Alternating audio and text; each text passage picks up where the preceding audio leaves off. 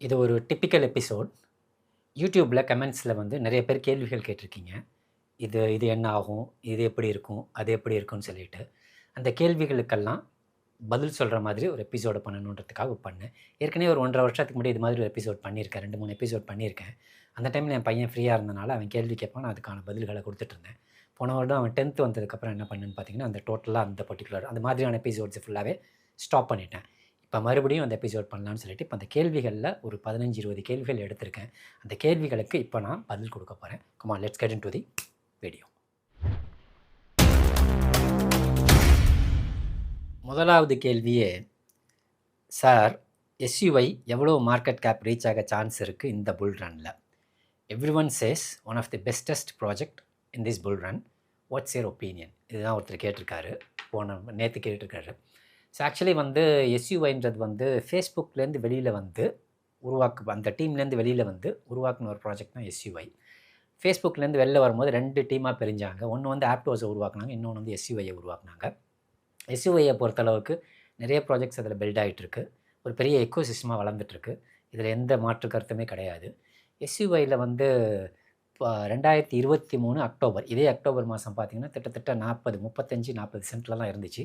அங்கேருந்து கிட்டத்தட்ட 10x ஏறி வந்திருக்கு 25 அக்டோபரில். இப்போ நான் 25 அக்டோபரில் இருக்கும், கிட்டத்தட்ட 10x மேலே ஏறி நல்லா பம்ப் ஆகி வந்திருக்கு. ஓரளவுக்கு நல்ல ப்ரைஸ் பம்ப்பு தான் அது. இங்கேருந்து எவ்வளோ போகும்னு பார்த்தீங்கன்னா, மேபி அது ஒரு $10 ரேஞ்சை ரீச் பண்ணலாம். அதுக்கு மேலே ரீச் ஆகுமான்றது எனக்கு பெரிய டவுட் தான். $10 ரேஞ்சுன்றது ரொம்ப அழகாக ரொம்ப ஈஸியாக ரீச் பண்ணுறதுக்கு சான்சஸ் உண்டு. I'm not sure. ஏன்னா அதனுடைய எக்கோ சிஸ்டம் அந்த மாதிரி வளர்ந்துக்கிட்டு இருக்குது. அதில் குறிப்பாக பார்த்தீங்கன்னா, நேற்றைக்கு வந்து ஒரு நியூஸ் வந்து ஒரு முக்கியமான நியூஸ் என்னென்னு பார்த்தீங்கன்னா, டிவிஎல் வந்து 2.6 பில்லியன் ரீச் ஆகிருக்கு. நேற்றைக்கு கூட கிடையாது, இன்றைக்கி ஒரு 7-8 மணி நேரத்துக்கு முன்னாடி வந்த நியூஸ் அது. எஸ்யூவியோட டோட்டல் வேல்யூ லாக்டு வந்து எவ்வளோ வந்திருக்குன்னா 2.6 பில்லியன் லாக் ஆகிருக்கு. முக்கியமாக வந்து அதில் இருக்கக்கூடிய டிஃபை ப்ராஜெக்ட்ஸ் எல்லாமே ஓரளவுக்கு நல்லாவே பெர்ஃபார்ம் பண்ணணும் அப்படின்ற மாதிரி எதிர்பார்க்குறாங்க. குறிப்பாக மூவ் அப்படின்ற ஒரு எக்கோ சிஸ்டம்லேருந்து வந்த மொமெண்டம் அப்படின்னு ஒரு ப்ராஜெக்ட் MMTன்னு சொல்லிட்டு, அது என்ன வெளியில் வரல, புதிய ப்ராஜெக்ட், அது இன்னும் வெளியில் வரல. ஸோ அந்த பர்டிகுலர் ப்ராஜெக்ட் ஒரு டெக்ஸ் தான் அது. அந்த ப்ராஜெக்டில் நிறையா டிவிஎல் லாக் ஆகிருக்கு. சென்டுன்ற பேரில் இருக்கும், SCND, அந்த ப்ராஜெக்டில் நிறையா டிவிஎல் லாக் ஆகிருக்கு. அது MEXL கூட அவைலபிளாக இருக்குது. அதே மாதிரி ப்ளூ ஃபின்னு சொல்லிட்டு ஒரு டெக்ஸ் இருக்குது, அந்த ப்ராஜெக்ட்டும் நல்லாயிருக்கு, டெக்ஸ் பேஸ் பண்ண ப்ராஜெக்ட்டு.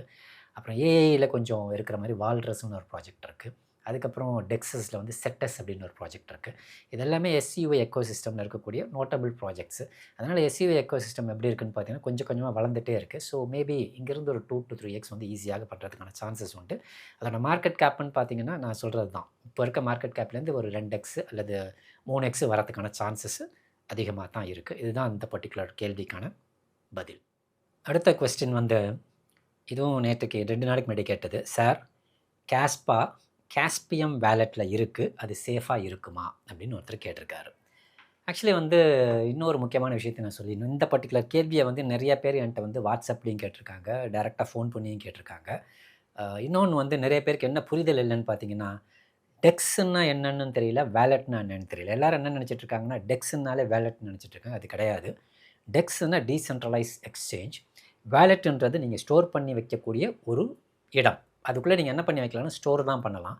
அந்த வேலெட்டுக்குள்ளே நீங்கள் டெக்ஸை ஓப்பன் பண்ணி சில டிரான்சாக்ஷன்ஸ் பண்ணலாம். அப்படி தான் வேலெட்ஸ் எல்லாமே இருக்கும். இப்போ ஃபார் எக்ஸாம்பிள் மெட்டாமாஸ்கோ, ட்ரஸ்ட் வேலெட்டோ எல்லாம் இருந்துச்சுன்னா, அந்த வேலெட்டுக்குள்ளே ஒரு ப்ரௌசர் இருக்கும். அந்த ப்ரௌசரை ஓப்பன் பண்ணி வெப்சைட்டுக்குள்ளே போய் அந்த பர்டிகுலர் வெப்சைட் எந்த பர்டிகுலர் டெக்ஸ் யூஸ் பண்ணணும்னு நினைக்கிறீங்களோ, யூனிஸ்வாப்போ, ஏரோட்ராமோ, பேன்கேக்ஸ்வாப்போ அல்லது வேறு என்ன டெக்ஸை நீங்கள் யூஸ் பண்ணணும்னு நினைக்கிறீங்க, ரேடியமோ, ஜூபிட்டரோ, என்ன டெக்ஸை யூஸ் பண்ணணும்னு நினைக்கிறீங்களோ அந்த வெப்சைட்டை ஓப்பன் பண்ணி அந்த டெக்ஸை ஓப்பன் பண்ணி நீங்கள் ட்ரேட் பண்ணலாம். அதை ட்ரேட் இந்த சென்ஸ் வந்து பை பண்ணலாம், செல் பண்ணலாம். அதை பை பண்ணணும், செல் பண்ணணும்னா அந்த பேஸ் காயின் இருக்கணும்.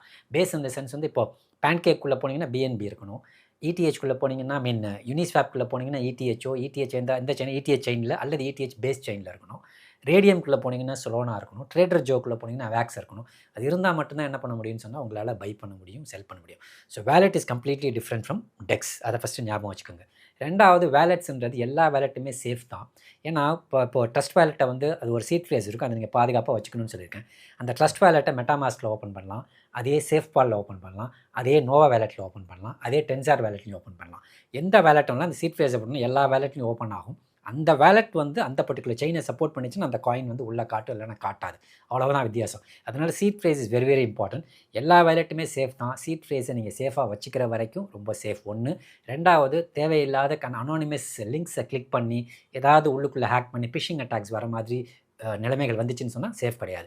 உங்கள் கையில் தான் இருக்குது. சேஃப்டின்றது உங்கள் கையில் தான். எப்படி நீங்கள் யூஸ் பண்ணுறீங்களோ, அதாவது வந்து எவ்வளோ சேஃபாக நீங்கள் வச்சுருக்கீங்களோ அந்தளவுக்கு வேலெட் சேஃபாக இருக்கும். எக்ஸ்சேஞ்சில் வச்சுக்கிறத விட வேலெட்டில் வச்சுக்கிறது சேஃப் தான். ஏன்னா எக்ஸ்சேஞ்சில் வந்து இன்னொருத்தரை நம்பி அவங்கள்ட்ட கொடுத்துட்றோம். அவங்க சேஃபாக வச்சுப்பாங்களா வச்சுக்க மாட்டாங்களான்றது நமக்கு தெரியாது. சடனாக ஹேக் ஆகிடுச்சு, எங்களால் ஒன்றும் பண்ண முடியாது, கேஸ் போட்டுக்கோங்கன்னு சொல்லி கேஸ் போட்டு போயிடுவாங்க. இதே நம்ம வச்சுக்கிட்டோம்னா யுவர் கீஸ் யுவர் கிரிப்டோன், நம்ம என்ன பண்ணலாம், அதை சேஃபாக வச்சுக்கலாம். That's it. இதுதான் இந்த கேள்விக்கான பதில். அடுத்த கேள்வி வந்து, சார் உங்களை எப்படி காண்டாக்ட் பண்ணுறது? 2 நாளைக்கு முன்னாடி ஒருத்தர் கேட்டிருக்கேன். இதை நிறைய பேர் என்கிட்ட கேட்டுக்கிட்டே இருக்காங்க. ப்ளஸ் வந்து மெம்பராக ஜாயின் பண்ணவங்களும் உங்களை எப்படி காண்டாக்ட் பண்ணணுன்னு கேட்குறேன். நீங்கள் என்ன காண்டாக்ட் பண்ணணுன்னு சொன்னால், you got to be a member. அந்த மெம்பர் ஆகணும்னு சொன்னால் ஜாயின் பட்டன் இருக்கும். ஜாயின் பட்டனை கிளிக் பண்ணிவிட்டு மெம்பர் ஆனீங்கன்னு சொன்னால் தான் காண்டாக்ட் பண்ண முடியும். ஒன்ஸ் மெம்பர் ஆகிட்டிங்கன்னு சொன்னால் யூடியூப் கம்யூனிட்டி போஸ்ட்னு இருக்கும். அந்த யூடியூப் கம்யூனிட்டி போஸ்ட்டில் வந்து நிறைய ஸ்க்ரால் பண்ணிகிட்டே வந்தீங்கன்னா என்னோட நம்பர்ஸ் நிறைய இடத்துல நான் கொடுத்துருப்பேன். This is my number you can contact me quite easily. ஒன்று. ரெண்டாவது வந்து, நான் வந்து ஒரு 2 நாளைக்கு முன்னாடி ஒரு லைவ் போட்டிருந்தேன். அந்த லைவில் வந்து என்ன கொடுத்துருந்தேன்னு பார்த்தீங்கன்னா, இது மாதிரி 10 மணிக்கு இந்தியா டைமில் லைவ் வரப்போகுது. இந்த லைவ்க்கான நேரங்கள்லாம் கொடுத்து அதில் ஜாயின் கோட், கூகுள் மீட்டில் நடக்க போகுது, ஜாயின் கோடுன்னு சொல்லி ஜாயின் கோடை கொடுக்குறேன். அதுக்கு கீழே ஒரு 3 பேர் என்ன கமெண்ட் பண்ணியிருக்காங்கன்னா, சார் லிங்க் அனுப்புங்கன்னு அனுப்புங்க. அதுதான் சார் லிங்க்கு. ஸோ அந்த ஜாயின் கோடு தான் லிங்க்கு. கூகுள் மீட்டை ஓப்பன் பண்ணுங்கள், அந்த லிங்க் ஜாயின் கோட் இருக்கு இல்லையா, அது கொண்டு போய் பேஸ்ட் பண்ணிங்கன்னா you can join that particular live session and interact with me. அதுதான் லிங்க். ஆக்சுவலி அதுவே தெரியாமல் நிறைய பேர் என்ன பண்ணியிருக்காங்க, நான் கமெண்ட்டில் கொடுத்துருந்தேன், யாராவது சின்ன பசங்க உங்கள் வீட்டில் இருந்தாங்கன்னா, எதுக்கு சின்ன பசங்கன்னு சொன்னேன்னா, ஏன்னா இந்த ஆன்லைன் கிளாஸஸ் அவங்க நிறைய அட்டன் பண்ணியிருப்பாங்க, அவங்களுக்கு தெரியும் அந்த ஜாயின் கோடை வச்சு எப்படி போகிறதுன்னு. அதனால் அவங்ககிட்ட கேட்டுட்டு நீங்கள் ஜாயின் பண்ணிக்கோங்கன்னு சொல்லி தான் கமெண்ட்டில் போடு. இதுதான் சார் லிங்க்னு சொன்னாலும் அவங்களுக்கு புரியல. தயவுசெய்து ஒன்று ஞாபகம் வச்சுக்கோங்க, காண்டாக்ட் பண்ணணும்னு சொன்னால் got to be a member ஆகணும்னு ஜாயின் பட்டனில் வந்து ஜாயின் ஆனால் தான் மெம்பர் ஆக முடியும். ரெண்டாவது, அந்த லைவ் செஷனில் எப்படி நான் வந்து காண்டாக்ட் பண்ணுறது, லைவ் செஷனோட லிங்க் லைவ் செஷனில் எப்படி வரும்னா, லைவ் செஷனாக யூடியூப் கம்யூனிட்டி போஸ்ட்டில் தான் போஸ்ட் பண்ணுவேன். அதனுடைய ஜாயின் கோட்ஸ், அந்த ஜாயின் கோட்ஸ் நேரம், எந்த நேரத்தில் லைவ் ஆரம்பிக்க போது, அதனுடைய ஜாயின் கோட்லாம் கொடுப்பேன். நீங்கள் ஜாயின் பண்ணிவிட்டு you can interact with me. அடுத்த கேள்வி வந்து, how to buy crypto and decentralised எக்ஸ்சேஞ்சஸ்ன்ற ஒரு பர்டிகுலர் எபிசோடில் கேட்ட கொஸ்டின். இது 4 நாளைக்கு முன்னாடி. Sir, the process is well explained. Thanks. 2 questions. What are the benefits compared to decentralized exchanges like Delta India? Second question, is the DEX legally approved and how to get data for tax purpose? 2 கேள்வி கேட்டிருக்காரு. ஒன்று வந்து என்ன கேட்டிருக்காருன்னு பார்த்தீங்கன்னா, decentralise exchange வந்து centralise எக்ஸ்சேஞ்சை காட்டிலும் எந்த அளவுக்கு அது உயர்ந்ததுன்னு சொல்கிறீங்க, என்னென்ன அட்வான்டேஜஸ் பெனிஃபிட்ஸ் இருக்குன்னு நினைக்கிறீங்கன்னு முதல் கேள்வி. ரெண்டாவது கேள்வி வந்து, டீசென்ட்ரலைஸ் எக்ஸ்சேஞ்சஸ் அப்ரூவ் ஆயிருக்கா, டாக்ஸ் எல்லாம் அதில் எப்படி நான் வந்து கொண்டு போய் காட்ட முடியும், 2 கேள்வி கேட்டிருக்காரு. ஒவ்வொரு கேள்விக்கு பதில் சொல்லிடுறேன். முதல் கேள்வி வந்து, டீசென்ட்ரலைஸ் எக்ஸ்சேஞ்ச் சென்ட்ரலைஸ் எக்ஸ்சேஞ்சோட உயர்ந்ததான்னு பார்த்தீங்கன்னு சொன்னால், நான் சொன்னேன் அது முன்னாடி சொன்னதை ஏற்கனவே இதுக்கான ஆன்சர் கொஞ்சம் சொல்லியிருந்தேன். டீசென்ட்ரலைஸ் எக்ஸ்சேஞ்சுன்றது it is not controlled by any one. Centralised exchange, இப்போ ஃபார் எக்ஸாம்பிள் பைனான்ஸ்னால் அதுக்குன்னு ஒரு முதலாளி இருப்பார், அதுக்குன்னு ஒரு டீம் இருக்கும், அவங்க தான் உங்களுடைய காயின்ஸை ஸ்டோர் பண்ணி வச்சுருப்பாங்க. ஸோ அது கஸ்டோடியன் பேலட். அவங்க என்ன பண்ணுவாங்கன்னா, அவங்க வந்து உங்களுக்காக உங்கள் சார்பாக உங்கள் காயினை அவங்க வச்சுருப்பாங்க. நல்லா ஞாபகம் வச்சுக்கோங்க, நீங்கள் ஒரு $1,00,000 அவங்க அந்த பர்டிகுலர் எக்ஸ்சேஞ்சுக்குள்ளே வச்சுருந்தீங்கன்னா, அந்த $1,00,000 வந்து அங்கே வந்து பேப்பர் மணியாக தான் இருக்கும். அந்த $1,00,000 அவங்க என்ன பண்ணுவாங்கன்னா 100 வாட்டி ரொட்டேட் பண்ணிவிடுவாங்க. ரொட்டேட் பண்ணி அந்த $1,00,000 $5,00,000 ஆக்கிடுவாங்க. ஸோ அது அவங்களோட சாமர்த்தியம். ஸோ என்ன பண்ணுவாங்கன்னா, அதை கிளியராக ரொட்டேட் பண்ணுவாங்க. அந்த பணத்தை ஃபியூச்சர்ஸில் போடுவாங்க, வேறு ட்ரேடிங்கில் பண்ணுவாங்க, ஸ்பாட் ட்ரேடிங்கில் பண்ணுவாங்க, வேறு எங்கேயாவது இன்வெஸ்ட் பண்ணுவாங்க. ஆனால் உங்களுக்கு என்ன இருக்கும், அங்கே என் பணம் அங்கேயே இருக்குன்ற மாதிரி காட்டிகிட்டு இருக்கும். இது கண்டிப்பாக எல்லா எக்ஸ்சேஞ்சஸும் பண்ணுறது தான், இது பண்ணிக்கிட்டு தான் இருப்பாங்க. ஏன்னா டிரான்ஸ்பரன்சி ரொம்ப ரொம்ப கம்மி. ஏன்னா வந்து ப்ரூஃப் ஆஃப் இது கொடுங்க, ப்ரூஃப் ஆஃப் அது கொடுங்கன்னு ரொம்ப நாளாக பேசிகிட்டு இருந்தாங்க. அதெல்லாம் இப்போ எல்லாம் மறந்துட்டாங்க எல்லாருமே. எந்த ப்ரூஃபுமே இப்போ கொடுக்குறதில்ல. எவ்வளோ வச்சுருக்கேன், எவ்வளோ ரிசர்வ்ஸ் இருக்குன்றதெல்லாம் யாருமே இப்போ காட்டுறதில்ல. ஸோ அதனால் டீசென்ட்ரலைஸ் எக்ஸ்சேஞ்சுன்றது என்னென்னு பார்த்தீங்கன்னா, நீங்கள் உங்களுக்கு தேவையான கிரிப்டோவை உங்கள் காசை வச்சு நீங்கள் வாங்கி நீங்களே ஸ்டோர் பண்ணி வச்சுக்கலாம். அதனால் என்றைக்குமே வந்து சென்ட்ரலைஸ்டை விட டீசென்ட்ரலைஸ்ட் இஸ் ஃபார் மோர் பெட்டர்னு சொல்லுவேன், ஃபார் மோர் செக்யூர்டுன்னு சொல்லுவேன், ஃபார் மோர் சேஃபர்னு சொல்லுவேன். முதல் கேள்வி. ரெண்டாவது கேள்வியை பொறுத்தளவுக்கு, டீசென்ட்ரலைஸ் எக்ஸ்சேஞ்சில் வந்து எப்படி நான் வந்து டேக்ஸ் பர்பஸ்க்கு நான் எடுத்துகிட்டு போகிறது, இதை நான் வந்து அப்ரூவ்டான்னு கேட்டால், எந்த டீசென்ட்ரலைஸ் எக்ஸ்சேஞ்சுமே வந்து அப்ரூவ்டு கிடையாது. அப்ரூவ்டு இந்த சென்ஸ் வந்து அதை அப்ரூவ் பண்ண வேண்டிய அவசியமும் கிடையாது. இப்போ ஏன்னு பார்த்தீங்கன்னா, டீசென்ட்ரலைஸ்ன்னு சொன்னாலே for the people by the people தான். மக்களால் நடத்தப்படுகிற ஒரு பர்டிகுலர் எக்ஸ்சேஞ்ச். அதில் வந்து யாராலையும் ஸ்டாப் பண்ண முடியாது. அதுக்குள்ளே இருக்கும்போது என்ன மட்டும் சேஃபாக இருக்கணும்னு பார்த்தீங்கன்னா, லிக்விடிட்டி கரெக்டாக இருக்கான்னு பார்க்கணும். ஸ்லிப்பேஜஸ் என்ன இருக்குது, ஸ்லிப்பேஜஸ்னால் ஃபார் எக்ஸாம்பிள் ஒரு $100 வாங்கணும், $110 விழுந்துரும். ஆனால் $90 பொருள் தான் அங்கே வரும். ரூ. 90 ஆன பொருள் தான் வரும். இந்த விஷயங்கள்லாம் கொஞ்சம் ரொம்ப ரொம்ப கேர்ஃபுல்லாக இருக்கும். ஸ்லிப்பேஜ்னு சொல்லுவாங்க, ஸ்லிப்பேஜ் டாலரன்ஸ்ன்னு. அதெல்லாம் வந்து 0.1%, 1% கீழ, சில இதில் 5% வைக்க சொல்லணும், 10% வைக்க சொல்லணும். அப்போலாம் வந்து நீங்கள் வாங்கும்போது 10% உங்களோட காசு வந்து உள்ளே போயிடும். ஸோ இதெல்லாம் கொஞ்சம் கேர்ஃபுல்லாக இருக்கணும். அதே மாதிரி டீசென்ட்ரலைசேஷன் இன்னொரு முக்கியமான விஷயமும் இருக்குது. எம்இவின்னு சொல்லுவாங்க, மேக்ஸிமம் எக்ஸ்ட்ராக்ஷன் வேல்யூன்னு சொல்லுவாங்க. அந்த ஒரு அட்டாக் ஒன்று இருக்கும், அதாவது சாண்ட்விச் அட்டாக்கு. இதெல்லாம் டீசென்ட்ரலைஸ் எக்ஸ்சேஞ்சஸ் இருக்கக்கூடிய சில டிஸ்அட்வான்டேஜஸ். ஸோ இதெல்லாம் தாண்டி டீசென்ட்ரலைஸ் எக்ஸ்சேஞ்சுன்றது இட் இஸ் நாட் அப்ரூவ்ட். எங்கேயுமே அது அப்ரூவல் கிடையாது, யாருமே அப்ரூவ் பண்ணதில்லை. அதுக்குன்னு ஏதாவது ஒரு பர்டிகுலர் அமெண்ட்மெண்ட்ஸ் எதுவும் பாஸ் பண்ணால் தான் உண்டு.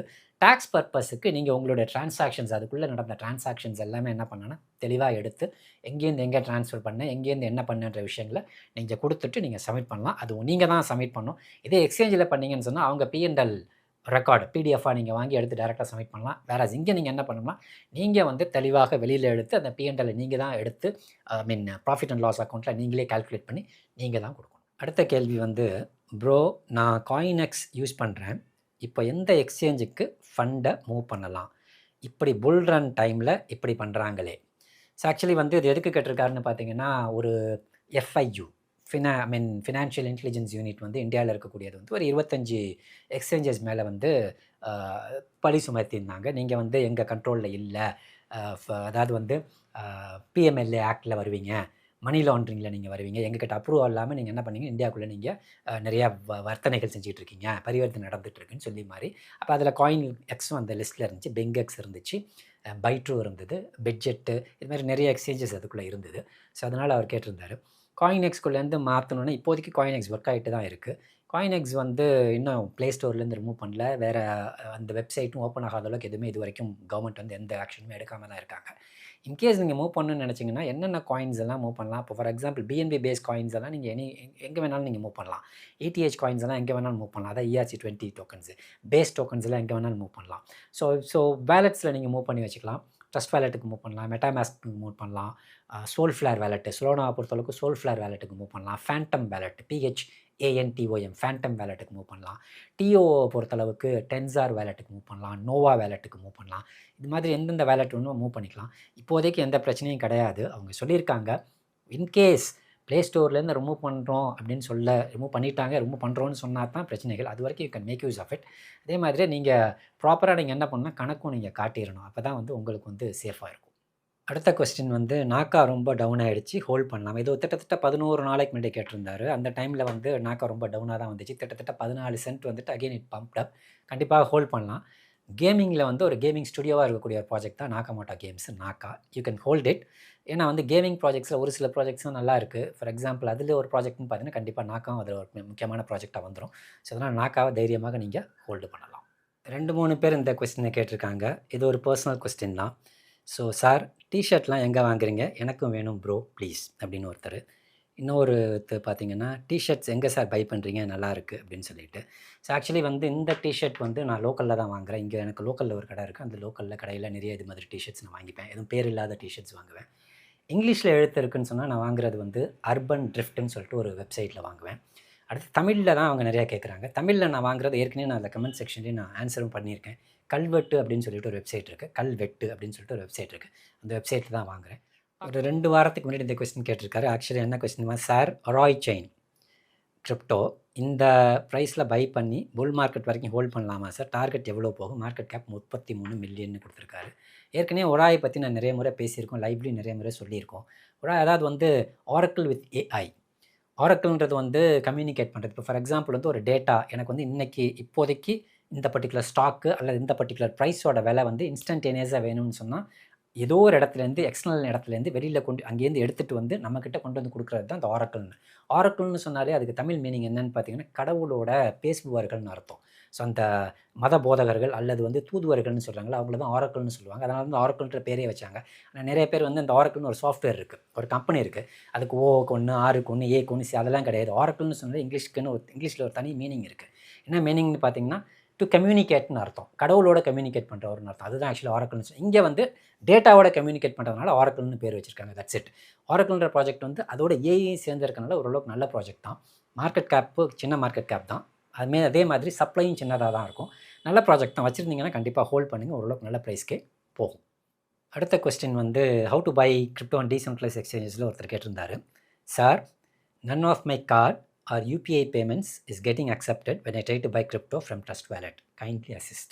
ஆக்சுவலி நான் நிறைய முறை சொல்லியிருக்கேன், இந்தியாவிலேருந்து நீங்கள் கார்டு, கிரெடிட் கார்டோ, டெபிட் கார்டோ யூஸ் பண்ணி கிரிப்டோ USDT வாங்க ட்ரை பண்ணிங்கன்னா வாங்க முடியாதுன்னு சொல்லிட்டு you can't buy such things. வெளிநாடுகளில் என்ன பண்ணுறாங்கன்னு பார்த்தீங்கன்னா, அதுக்குன்னு ஏடிஎம்ஸே இருக்குது. கொண்டுட்டு போயிட்டு இதை ப்ரெஸ் பண்ணிவிட்டு உங்களோட மெயில் ஐடியை மட்டும் கொடுத்துட்டு நீங்கள் பணத்தை கொண்டு போய் அந்த ஏடிஎம்லேயே போட்டிங்கன்னா உங்களுக்கு அட்ரஸை நீங்கள் கொடுத்துருக்கேன், அட்ரஸ் கன்னியாடும் ஆட்டோமேட்டிக்காக என்ன இப்போ கேட்குறீங்களா, பிடிசி கேட்குறீங்களா, இடிஹெச் கேட்குறீங்களா, சொலோனா கேட்குறீங்களா, யூஎஸ்டிடி கேட்குறீங்களா, யூஎஸ்டிசி கேட்குறீங்களோ ஆட்டோமேட்டிக்காக ட்ரான்ஸ்ஃபர் ஆகிடும். ப்ளஸ் அங்கே அவங்க என்ன பண்ணுவாங்கன்னா அதெல்லாம் கணக்கில் எடுத்துப்பாங்க. மெயில் ஐடி கம்பல்சரி கொடுக்கணும். அந்த மெயில் ஐடி வேலிட் மெயில் ஐடியாக இருக்கணும். இந்தியாவை பொறுத்தளவுக்கு அந்த மாதிரி எந்த கயாஸ்க்கும் எதுவுமே இல்லை. அந்த ஏடிஎம் மாதிரி விஷயம்ஸ் எல்லாம் எதுவுமே கிடையாது. அதனால் நீங்கள் வாங்கணும்னு நினச்சிங்கன்னா உங்கள் நண்பர்கள்ட்டேருந்து வாங்கிக்கணும். பிடிபியில் பண்ணுறது இட்ஸ் நாட் தட் மச் சேஃபர்னு தான் சொல்லுவேன். நிறைய அக்கௌண்ட்ஸ் ஃப்ரீஸ் ஆகுது. இன்கேஸ் யாராவது உங்கள் நண்பர்கள் இருந்தாங்கன்னா அவங்க சப்போஸ் யூஎஸ்டிடி ஏதாவது இருக்குதுன்னு சொன்னாங்கன்னா அவங்கக்கிட்ட நீங்கள் வாங்கிக்கிட்டு அதை நீங்கள் ட்ரஸ்ட் வாலெட்டில் கொண்டு வரலாம். ட்ரஸ்ட் வாலெட்டில் கொண்டு வரணும்னா நல்லா ஞாபகம் வச்சுக்கோங்க. நீங்கள் for example ERC based token வாங்கணும்னா கண்டிப்பாக இடிஹெச் இருக்கணும். அது இடிஹெச் செயினில் அல்லது பேஸ் செயினில். பிஎன்பி பேஸ்டு வாங்கினோம்னா பிஎன்பி இருக்கணும். அதாவது BEP20 வாங்கினீங்கன்னா. சொலோனா பேஸ்டு வாங்கினீங்கன்னா சொலோனா இருக்கணும். அதே மாதிரி அவாக்ஸ் பேஸ்ட் வாங்கினீங்கன்னா அவாக்ஸ் இருக்கணும். பாலிகான் பேஸ்ட் வாங்கினீங்கன்னா பாலிகான் இருக்கணும். ஸோ அந்தந்த பர்டிகுலர் காயின்ஸ் உள்ளே இருந்துச்சுன்னு சொன்னால் தான் உங்களால் வாங்க முடியும். அந்த டெக்ஸ் அந்த வேலெட்டுக்குள்ளே எந்த டெக்ஸ் சப்போர்ட் பண்ணுதோ அந்த பர்டிகுலர் காயினுக்கு எந்த டெக்ஸ் சப்போர்ட் பண்ணுதோ அந்த டெக்ஸை ஓப்பன் பண்ணி இந்த காயினை வச்சு தான் உங்களால் வாங்க முடியும். அதனால் ட்ரஸ்ட் வாலெட்டுக்குள்ளே அல்லது மெட்டாமாஸ்க்குள்ளே நான் இதை யூஸ் பண்ணி கார்டை யூஸ் பண்ணி வாங்குறேன்றது வாங்காதீங்க. அது சில நேரங்களில் வாங்க முடியுது, ஆனால் ரொம்ப காஸ்ட்லியாகவும் இருக்குது. Be very careful with that thing. அடுத்த கேள்வி which chain is low case fees at present? Actually இப்போ எல்லா செயினுமே ரொம்ப லோ கேஸ் ஃபீஸ் தான். முன்னாடியெல்லாம் இடிஹெச் பார்த்தீங்கன்னா ஒரு $15 $50 வாங்கினா $15 கேஸ் ஃபீஸில் போயிடும். ஒரு வருஷம் 1.5 வருஷத்துக்கு முன்னாடி. அதுக்கப்புறம் ஒரு அப்டேட் பண்ணாங்க. அந்த அப்டேட்டுக்கு அப்புறமே பார்த்தீங்கன்னா இடிஹெச்சில் $1 அல்லது $1 என்ன ஆகுதுன்னா கேஸ் ஃபீஸ் போகுது. முன்னெல்லாம் ரொம்ப சீப்பாக சொலோனா இருக்கும், பிஎன்பி இருக்கும், பேஸ் இருக்கும், அவாக்ஸ் இதெல்லாம் ரொம்ப சீப்பாக இருக்கும். இடிஹெச் மட்டுமே ரொம்ப காஸ்ட்லியாக இருக்கும். இஆர்சி செயின்ஸ் மட்டுமே, ERC20s மட்டுமே. இப்போ இஆர்சியுமே ரொம்ப சீப்பாக பண்ணிட்டாங்க. அதிகபட்சம் $1-1.5 என்ன ஆகுதுன்னு பார்த்தீங்கன்னா you can make some transactions, buy sell ரெண்டுமே பண்ணிக்கலாம். ஸோ ஃபீஸுன்னு பொறுத்தளவு, கேஸ் ஃபீஸுன்னு பொறுத்தளவுக்கு ஆல்மோஸ்ட் எல்லா செயின்ஸுமே ஓரளவுக்கு சீப்பாக ஆயிடுச்சு. ஏன்னா ஒவ்வொரு அப்டேட் வர சின்ன அப்கிரேட்ஸ் அவங்க கொடுக்க கொஞ்சம் கொஞ்சமாக குறைச்சிட்டே நிறைய பேர் டீசென்ட்ரலைஸ் எக்ஸ்சேஞ்சஸ் யூஸ் பண்ண ஆரம்பிச்சிட்டாங்க. அதனால் என்ன ஆகுதுன்னு பார்த்தீங்கன்னா ஃபீஸை ரொம்ப குறைச்சிட்டாங்க. எல்லா செயின்ஸுமே இப்போ ஓரளவுக்கு நாமினலான ரேட் தான் வாங்கிக்கிட்டு இருக்காங்க. இது ஒரு அருமையான கேள்வி. இந்த கேள்வி கேட்ட நபர்கிட்ட நான் அடிக்கடி பேசியிருக்கேன். நிறைய முறை என்கிட்ட பேசியிருக்காரு ஃபோனில். ஸோ என்ன கேட்டிருந்தாருன்னு பார்த்தீங்கன்னா, மனிதனுடைய தவறான எண்ணங்களையும் மாற்றமா இந்த அறிவியல். ஆக்சுவலாக அது எந்த எபிசோடில் கேட்டிருந்தாருன்னு பார்த்தீங்கன்னா, ஏஐ பற்றி ஒரு எபிசோட் போட்டிருந்தேன். அந்த சூப்பர்மேன், ஸ்பைடர்மேன் இவங்கள மாதிரி மனிதர்களும் அபரிவிதமான சக்தி உண்டாகிற அளவுக்கு ஏஐ வளர்ந்துகிட்டு இருக்குன்னு சொல்லிட்டு எபிசோட், அந்த எபிசோடில் கேட்டிருந்தாரு. ஸோ ஆக்சுவலி அந்த மாதிரிலாம் இந்த தீய எண்ணங்களெல்லாம் மாற்றுற மாதிரி ஏஐ வந்துச்சுன்னு சொன்னால் உலகம் சொர்க்க பூமி ஆயிரும் தான் நான் ரிப்ளை பண்ணியிருந்தேன். அதே தான் இங்கேயும் நான் சொல்ல வரேன். அப்படியெல்லாம் அது பண்ணாது. ஸோ மனிதனோட பேராசை தான் இந்த ஏஐ, மனிதனோட பேராசை தான் இந்த கிரிப்டோ, மனிதனோட பேராசை தான் இந்த பணம், மனிதனோட பேராசை தான் இருக்கக்கூடிய சஃபஸ்டிகேஷன் எல்லாமே. மனிதனுக்கு இந்த பேராசையோ ஆசையோ இல்லைன்னு சொன்னால் காட்டில் அது தெரிஞ்சுக்கிட்டே தான் இருந்திருப்பேன் மொழியை. அது எவால்வ் ஆகி வந்திருக்க மாட்டோம். அவன் ஆசை ஒன்று ஆசைப்பட மட்டும்தான் என்ன ஆச்சுன்னு பார்த்தீங்கன்னா கொஞ்சமாக வளர்ந்து இன்றைக்கி இருக்கிற இந்த பர்டிகுலர் சஃபஸ்டிகேட்டட் லைஃப் ஸ்டைலுக்கு நம்ம வந்திருக்கோம். ஸோ அதனால் நீங்களே நினச்சி பாருங்கள், எவ்வளவோ மத போதகர்கள் வந்திருக்காங்க, எவ்வளோ பெரிய பெரிய ஆட்கள் வந்திருக்காங்க, எவ்வளோ பேர் நல்ல நல்ல கருத்துக்களை சொல்கிறாங்க. ஏதாவது நம்ம கேட்டிருக்கோமா? ஏஐ சொன்னால் மட்டும் கேட்க போகிறோமா? ஏஐ மட்டும் மாற்றிட போதா? அப்படியெல்லாம் மாறுறதுக்கு சான்சஸே கிடையாது. ஆக்சுவலாக இவர் எனக்கு 2-3 வாட்டி எனக்கு கேட்டுக்கிட்டே இருந்தார். I request kindly share near SXT coin current full update and price prediction. Actually near வேறு செக்டரு, SXT அதாவது ஸ்பேஸ் அண்ட் டைம் அப்படி அது வேறு செக்டர். ரெண்டு பற்றியுமே நான் வீடியோ போட்டிருக்கேன். நியர்ன்றது பியூராக எங்கே வந்துட்டாங்கன்னு பார்த்தீங்கன்னா ஏஐயை நோக்கி வந்துட்டாங்க. ஸோ நியரோட ப்ரைஸிங் இப்போ இருக்க ப்ரைஸ்லேருந்து கண்டிப்பாக ஒரு 4-5x பண்ணுறதுக்கான சான்சஸ் உண்டு. பிகாஸ் ப்ரூவன் ப்ராஜெக்ட் அது. நியர்ன்றது ப்ரூவன் ப்ராஜெக்ட். அடுத்து ஸ்பேஸ் அண்ட் டைம்ன்றது பெருசாக அப்பும் ஆகலை, பெருசாக டவுனும் ஆகலை. நான் அந்த ப்ராஜெக்ட்லாம் வரத்துக்கு முன்னாடியே வீடியோ போட்டிருந்தேன். ஆக்சுவலாக அந்த வீடியோ போட்டு ரொம்ப நாளைக்கு அப்புறம் தான் அந்த ப்ராஜெக்ட் வெளியில் வந்தது. வெளியில் கிட்டத்தட்ட 14 சென்ட் வரைக்கும் போயிட்டு இப்போ 7 சென்ட் 4x கீழே வந்திருக்கு. எல்லா ப்ராஜெக்ட்டும் 4x 5x வந்த நேரத்தில் இது 1x மட்டும்தான் கீழே வந்திருக்கு. ஸோ ரெண்டுமே நீங்கள் வச்சுருந்தீங்க சொன்னால் தைரியமாக ஹோல்ட் பண்ணுங்கள். ஓரளவுக்கு நல்ல ப்ரைஸ் ரேஞ்சுக்கு நீங்கள் கண்டிப்பாக கொடுத்துட்டு எக்ஸிட் ஆகி போகலாம். ஸோ இப்போதைக்கு நியர்ன்றது ஏஐ செக்டருக்குள்ளே ஓரளவுக்கு நிறைய பில் பண்ணிட்டு வராங்க. ஓரளவுக்கு நல்லாவே ஏஐ செக்டருக்குள்ளே பெனிட்ரேட் ஆகிட்டு வராங்க. இது ஸ்பேஸ் அண்ட் டைம்ன்றது ஏற்கனவே நான் வீடியோ போட்டிருக்கேன். பார்க்காதவங்க கண்டிப்பாக அதை போய் பாருங்கள். அதை பற்றின துல்லியமான ஐடியா உங்களுக்கு கிடைக்கும். 2 ப்ராஜெக்ட்டுமே நல்ல ப்ராஜெக்ட் தான். 2 ப்ராஜெக்ட்டுமே இருந்துச்சுன்னு சொன்னா கண்டிப்பாக ஹோல்ட் பண்ணுங்க. புல் டைமில் வந்து ஓரளவுக்கு நல்ல புல் பீக்கில் வந்து ஓரளவுக்கு நல்ல ப்ரைஸ்க்கே போகும்போதும் குடுத்துட்டு எக்ஸிட் ஆகிக்கலாம். கேள்விகள பொறுத்தளவுக்கு அவ்வளவுதான். இந்த கேள்விகள் மட்டும் தான் இப்ப டிஸ்கஸ் பண்ணணும்னு இருந்தேன். அடுத்த எபிசோட்ல இன்னும் கேள்விகள் இருக்கும். அந்த கேள்விகள் கொஞ்சம் கொஞ்சமா எடுத்து டிஸ்கஸ் பண்ணலாம். அதாவது நெறைய பேர் கேட்கக்கூடிய தொடர்ச்சியா கேட்கக்கூடிய கேள்விகள், நிறைய இடங்கள்ல கேட்கக்கூடிய கேள்விகள். எனக்கு WhatsAppலயும் அத தான் கேட்குறாங்க. ஃபோன் பண்ணும்போது அதே கேட்குறாங்க. கமெண்ட்லயும் அதே கேட்குற கேள்விகளுக்கு பதில் சொல்லணும்னு அப்பயே நான் மேக்ஸிமம் ரிப்ளை பண்ணிடுறேன். மேக்ஸிமம் கேள்விகளுக்கு ரிப்ளை பண்ணுறேன். சில கேள்விகளுக்கு மட்டும் தான் நான் ரிப்ளை பண்ணுறது கிடையாது. மேக்ஸிமம் கேள்விகளுக்கு ரிப்ளை பண்ணிடுறேன். அப்படி ரிப்ளை பண்ணியும் அவங்களுக்கு சில இது புரியலன்னு நேர்ல சொல்லிருவோம்னு சொல்லிட்டு தான் இந்த எபிசோட பண்ணது. ஸோ இன்னொரு எபிசோட்ல ஒரு நல்ல காயினோட அல்லது டோக்கனோட சந்திக்கிறேன். அன்டில் தென் பை ஃப்ரம் புகழ்.